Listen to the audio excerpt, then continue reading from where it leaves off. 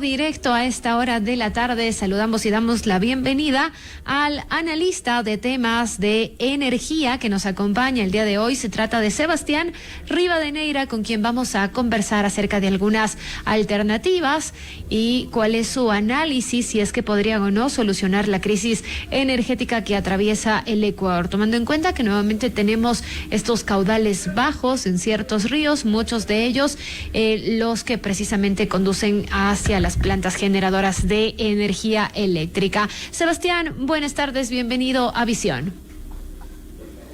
Muy buenas tardes, estimada Gaby, y a toda la maravillosa audiencia de Radiovisión. Qué gusto estar con ustedes compartiendo.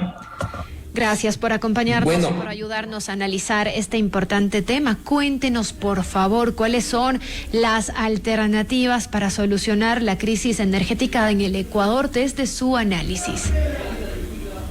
Sí, bueno, el criterio es brindar energía firme al sistema a través de nuevas fuentes de generación, las cuales pueden ser las centrales nucleares y las centrales a carbón. Porque recordemos que el importante aporte que realiza la provincia de La Suay con el complejo hidroeléctrico Paute depende de condiciones meteorológicas de acuerdo a la hidrología, en este caso del río Paute y la cuenca que se encuentra por allá. Entonces, lamentablemente en los meses de octubre, noviembre, diciembre y parte de enero, lamentablemente los caudales son muy bajos y eso causa estos problemas.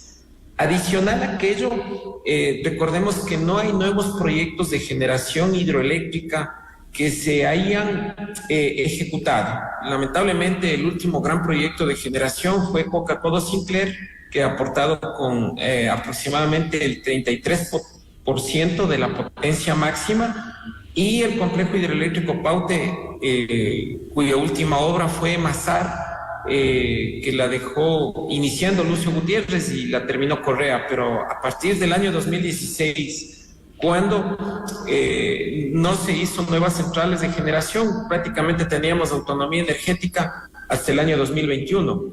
Entonces, la solución para aquello es definitivamente este nuevo tipo de centrales, pero también se tiene que iniciar la central Cardenillo, que es la cuarta etapa de este importantísimo complejo hidroeléctrico, y también el proyecto de Río Santiago, que aproximadamente tomaría unos 10 años de construcción, tomando como ejemplo lo que pasó en Hidroituango, cuando Empresas Públicas de Medellín ejecutó este proyecto de similares características.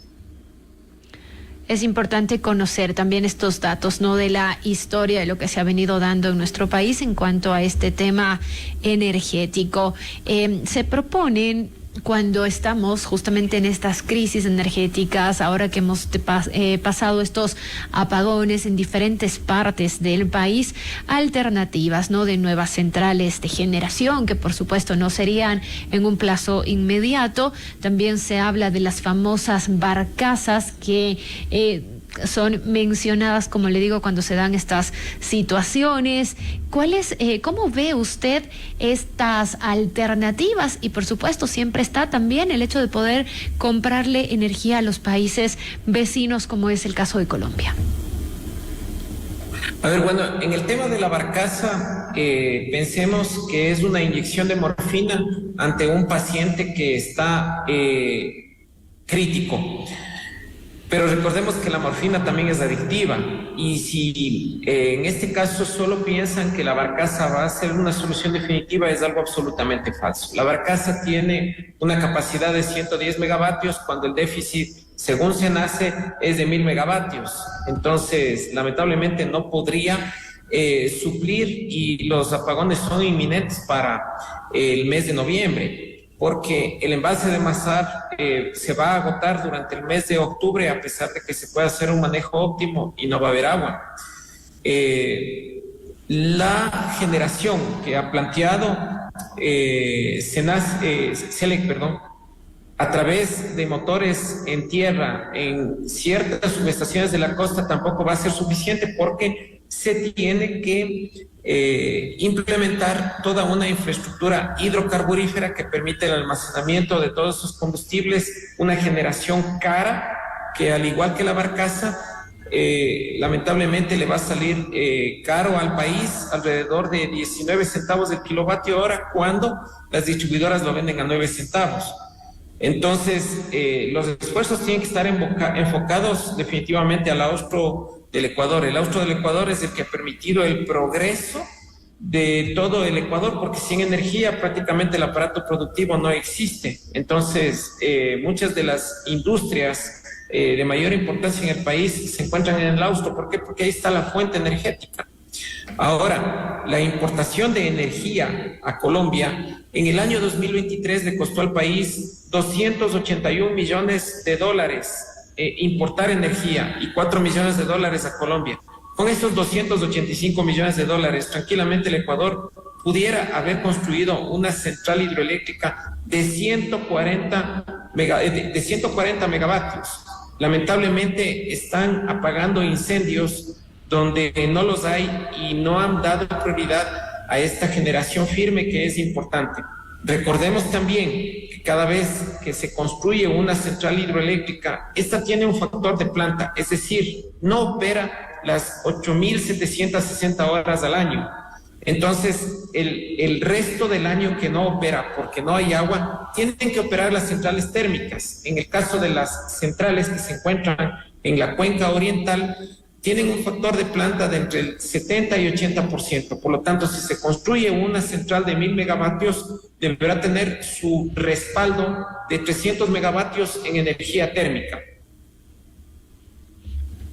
Perfecto, Sebastián, gracias por esa respuesta, ¿no? Por brindarnos también este conocimiento que creo que es de interés de todos los ecuatorianos. Realmente debemos saber lo que ocurre, las posibles soluciones y las medidas que se toman, que en muchos de los casos pues simplemente son paliativas ante el verdadero problema.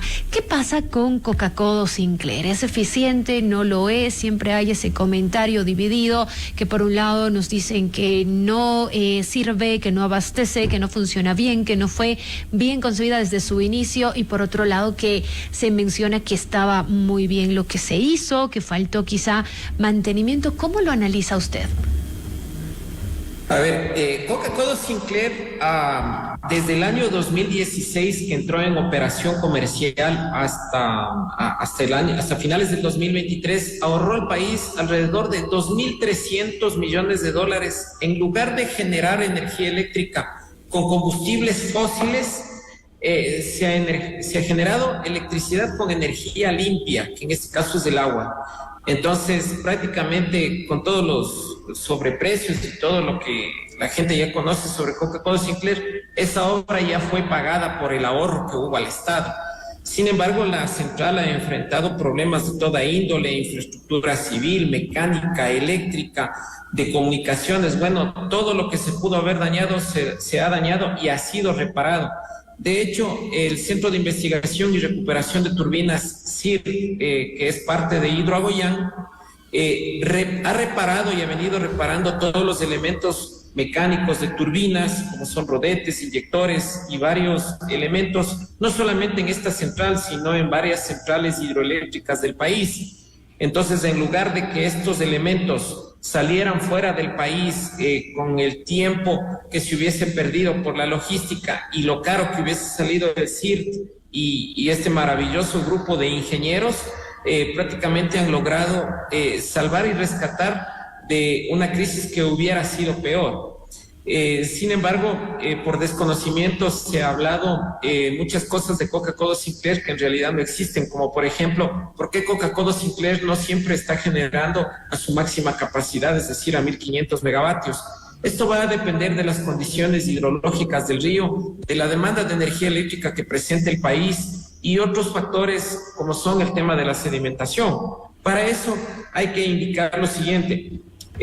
Lamentablemente el lugar en donde se encuentra la captación está en una zona terriblemente inestable por la erosión regresiva del río Coca a partir de que comenzó esta desviación del río y hubo una variación del gradiente de presiones, lo cual ocasionó el colapso de la cascada San Rafael y la erosión que va avanzando y que en este momento está a 6 kilómetros de distancia.